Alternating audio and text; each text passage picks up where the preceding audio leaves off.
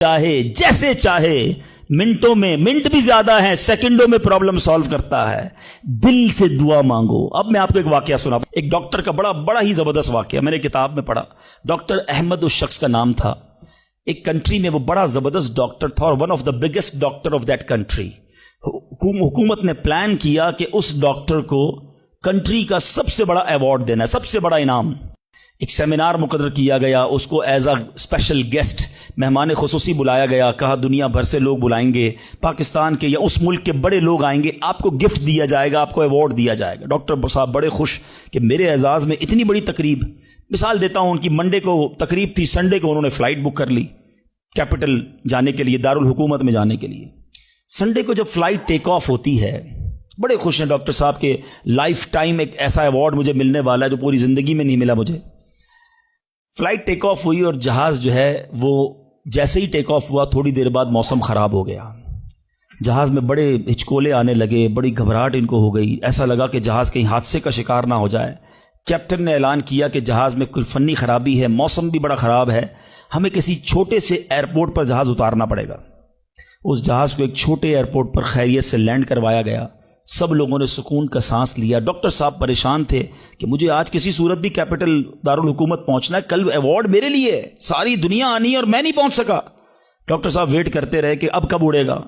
Airport के अमले ने कहा कि हुजूर आज जहाज नहीं उड़ सकता, ये जहाज में ऐसी खराबी है, हमारा एयरपोर्ट भी बहुत छोटा है, हमारे यहाँ कोई टेक्निकल स्टाफ नहीं है, ये कल हो सकेगा। डॉक्टर साहब कहे मैं मर जाऊंगा, बहुत बड़ा प्रॉब्लम हो जाएगा, मुझे कल बहुत बड़ा अवार्ड मिलना है, मुझे कैपिटल पहुंचना जरूरी है।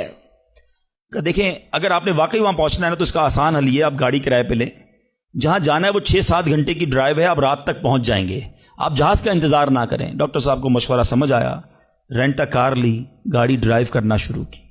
सारे रास्ते में बारिश, बिजली चमक रही है, अकेला ड्राइवर गाड़ी चला रहा है डॉक्टर साहब। अचानक उसको समझ ही नहीं आई, रास्ता पहली बार था, वो किसी अननोन रास्ते पर चढ़ गया, मोटरवे से उतरकर किसी छोटे रास्ते पर चला गया। चलते चलते चलते बारिश जबरदस्त, भूख ज्यादा लगी।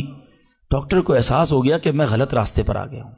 अब बारिश भी इतनी, भूख से बुरा हाल। देखा एक छोटा सा घर, उसमें बल्ब जल रहा था। उस डॉक्टर ने गाड़ी वहां पार्क की, दरवाजा नॉक किया। एक बूढ़ी खातून बाहर निकली। कहा बेटा कौन हो? कहा माँ जी रास्ता भूल गया हूं, बारिश बहुत है। कहा बेटा अंदर आ जाओ।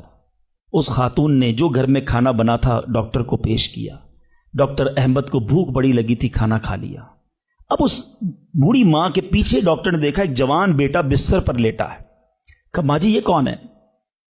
कहा बेटा मेरा पोता है, शदीद बीमार है, मैं गरीब औरत हूं, मगर मेरे पोते को जो मेरी जिंदगी का सहारा, एक ऐसी बीमारी हो गई है, हमारे गांव में मैंने कई डॉक्टरों को दिखाया है, डॉक्टर कहते हैं कि इसका इलाज पाकिस्तान में एक ही डॉक्टर है जिसका नाम डॉक्टर अहमद है, वही कर सकता है।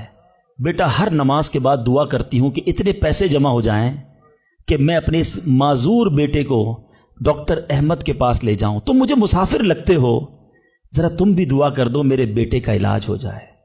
डॉक्टर अहमद दस्तरखान पर बैठकर रोने लगा।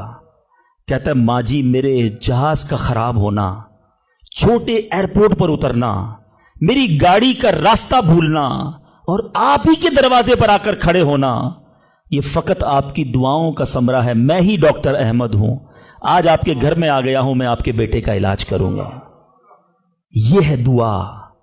अल्लाह से दुआ करो तो घबराओ नहीं, अल्लाह से दुआ करो तो यकीन रखो, अगर वाकई दिल से दुआ है तो रब रास्ते बनाएगा, वो गैब से मदद फरमाएगा। मुझे लगता है मेरा मसला बड़ा है, और फिर मैं वही बात करूंगा कि जिसकी मां जिंदा है, खुदा की कसम मां की दुआएं ले लो, पूछो उनसे जिनकी मां चली गई है।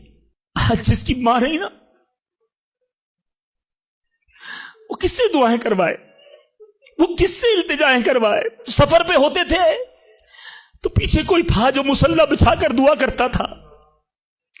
हर थोड़े दिनों बाद पैगाम आता था, बेटा किधर पहुंचे, बेटा तबीयत कैसी है? अरे मां सोचो तो सही, बेटे का काम था मां से पूछना कि मां तुम्हारी तबीयत कैसी है। मां पूछती है बेटा तुम कैसे हो? हमने रातों को उठकर मां को जगाया, मां पेट में दर्द है। कभी मां ने हमें बताया कि मेरे पेट में दर्द है? बेटा अपनी तकलीफें सहती रही, अपनी तकलीफें सहती रही, मगर हमें राहतें पहुंचाती रही। لے لو دعائیں، یہ دعاؤں کا سائبان ہے. نہ کرو ماں کو تنگ، نہ کرو اسے پریشان. جتنی بھی بڑی پریشانی میں ہونا ماں کے قدموں میں بیٹھ جاؤ کہ ماں میرے لیے دعا کر دے. تمہاری ماں نے دعا کر دی نا، یہ عرش تک جاتی ہے. اور ایک اور بات بتا دوں، کچھ دعائیں وہ ہیں جو ہم کہتے ہیں ماں دعا کر دو، ابو دعا کر دی، یہ الگ بات ہے، وہ کرتے ہیں. اتنی خدمت کرو کہ کہنا نہ پڑے، ماں خود دعا کرے یا اللہ میرے بیٹی کی خیر کر دے. ماں والد خود دعا کرے یا اللہ میرے بیٹے کے بگڑے کام بنا دے. پھر دیکھو کیا ہوتا ہے تمہارے ساتھ.